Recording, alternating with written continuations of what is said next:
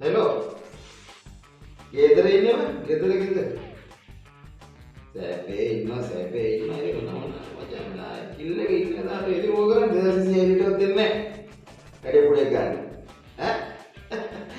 ගෑනි බාගෙන මොනවාද බං උඹලා මේ ගෑනුන්ට බයෙන් මම විශ්වාස කියන්නේ මම පොඩ්ඩක් එළියට බලලා මෙහෙම බය කරනවා. මේකත් ගන්න. පොඩේලා. මේවත් මම දුවනවා. නැත්තම් අල්ලපු ගෙදර මිනිහ. පොඩේලා. ඔව් මචං ඔව් වයිෆ්. තේතර කතා කරනවා. ඔව්. ඊමණේ බං ගෑනු ගේන්නේ. ඔව් මොනවා කරන්නද බං ගෙදරටලා ඉතින්. ගෙදරටලා චිල් එකේ ඉන්නවා ඉතින් ඔව් ඉතින් වයිෆ් තේ එක හදලා ළඟට ගෙනත් දෙනවා. කෑම ටික හදලා ළඟට කතා කරලා ගෙනත් දෙනවා. මොනවද ඉතින් සැපේ ඉන්නවා ගෙදර. වෙන මොනවා කරන්නේ කියන්නද බං අපි? ඔව්. ගෙදර නෑ. ඒවට බං ගෑනු ගේන්නේ. ඒ ඔක්කොම කරනවා.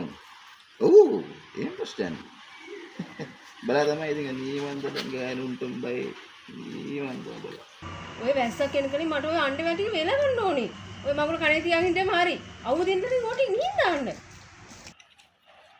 ඔව් බං ඔව් ඔයිට වයින්වද අපිට වයික පාපිට වින්න එක පාටම පින්නේ නෝ. ආයක පාටම ඔව් වෙටෙනවා. ඌ අයින වාතයක් බං.